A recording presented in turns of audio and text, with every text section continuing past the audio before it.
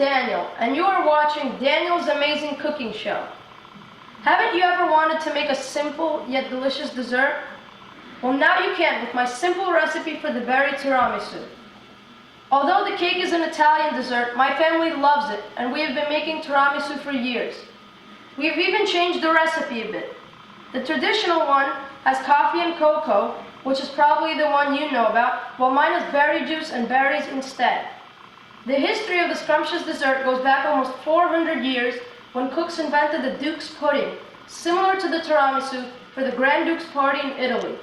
The Duke brought the recipe back to Florence with him, and by the 19th century, the mouth-watering dessert found its way to England, where it became even more popular. Then, in the 1970s, the modern tiramisu was created in a Treviso restaurant located in the northwestern part of Italy. By the 1990s, the dish was served in restaurants all over America. The tiramisu is not exactly what you could call healthy, and you will see why. The creamy dessert has 430 calories, 46% of daily total fat, 76% of daily cholesterol, 10% of daily sodium, 8% of daily carbohydrates, 35 grams of sugar, 5% of daily protein, and 5% of daily dietary fiber per serving.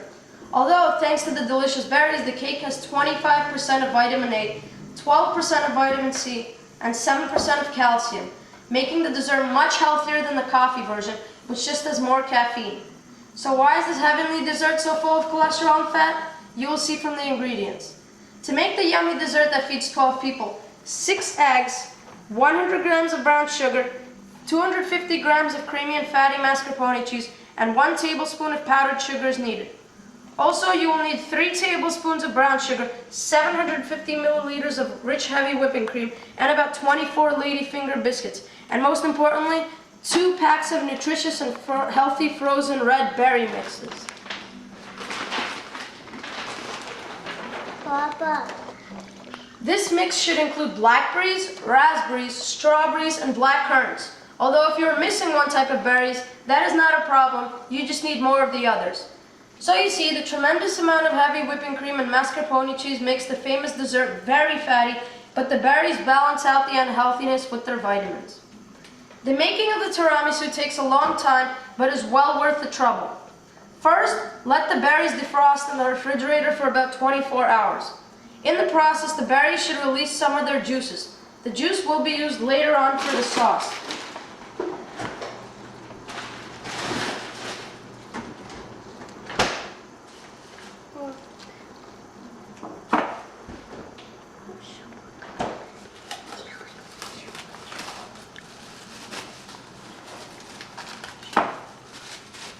After the berries have defrosted, put the 3 tablespoons of brown sugar in the berries and mix well, so some of the berries will be crushed and release the juices.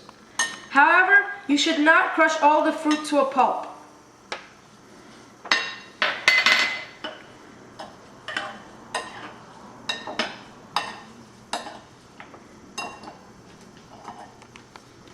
Once the sugar has dissolved, separate the egg white from the egg yolk.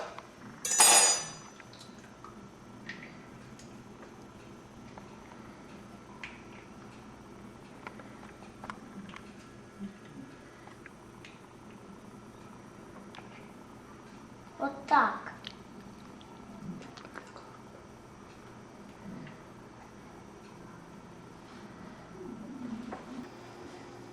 Beat the 100 grams of sugar with the egg yolk until you obtain a creamy mixture.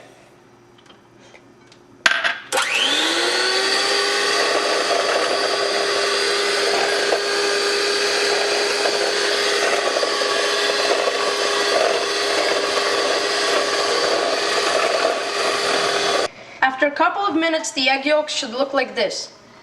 Then beat the mascarpone cheese.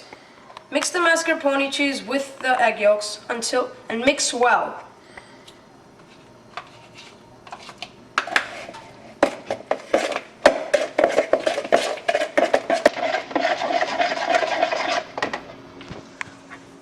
Then take the powdered sugar and mix it into the heavy whipping cream and beat it with an electric beater well until you form whipped cream.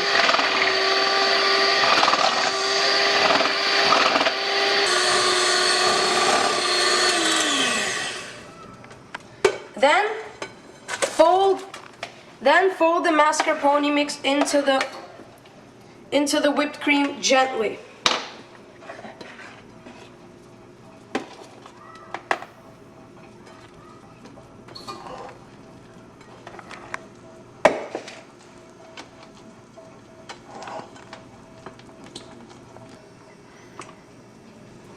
After that, beat half the egg whites with a pinch of salt until you form dense peaks at the surface.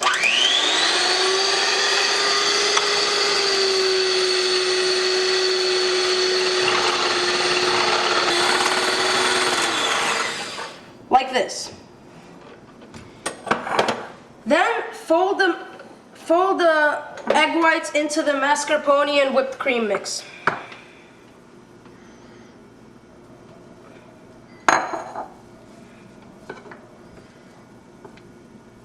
You have to fold delicately.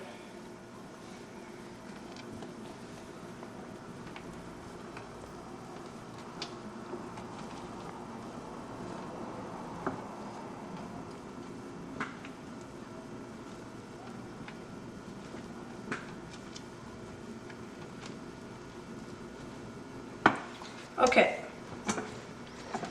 Now, pour the red berry juice and sugar mix into a sieve in the container and drain all the juices.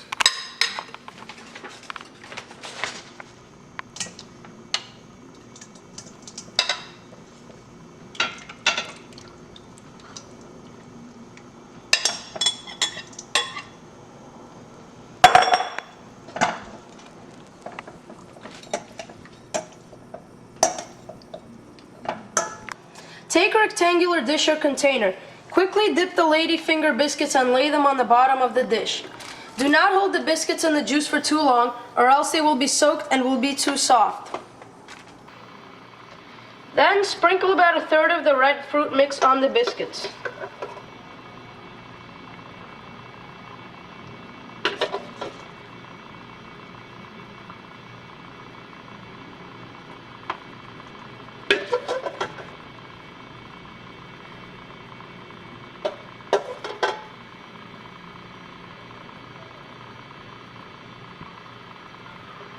Pour half of the mascarpone and whipped cream mix on the top of the first layer and spread the cream delicately and evenly above the fruits and biscuits.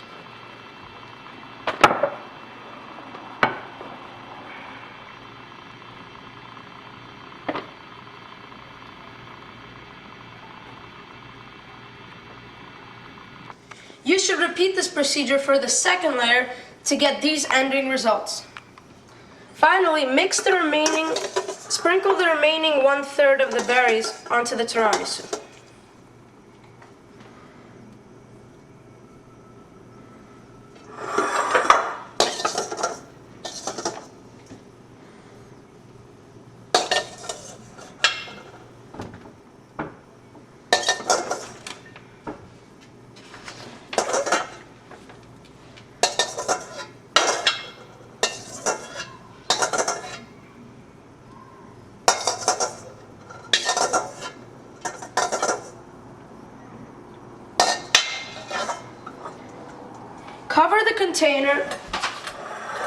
Cover the container and leave the cake in the fridge to stand for at least a couple of hours before serving. Should there be any fruit juice left, leave some for each portion on each serving.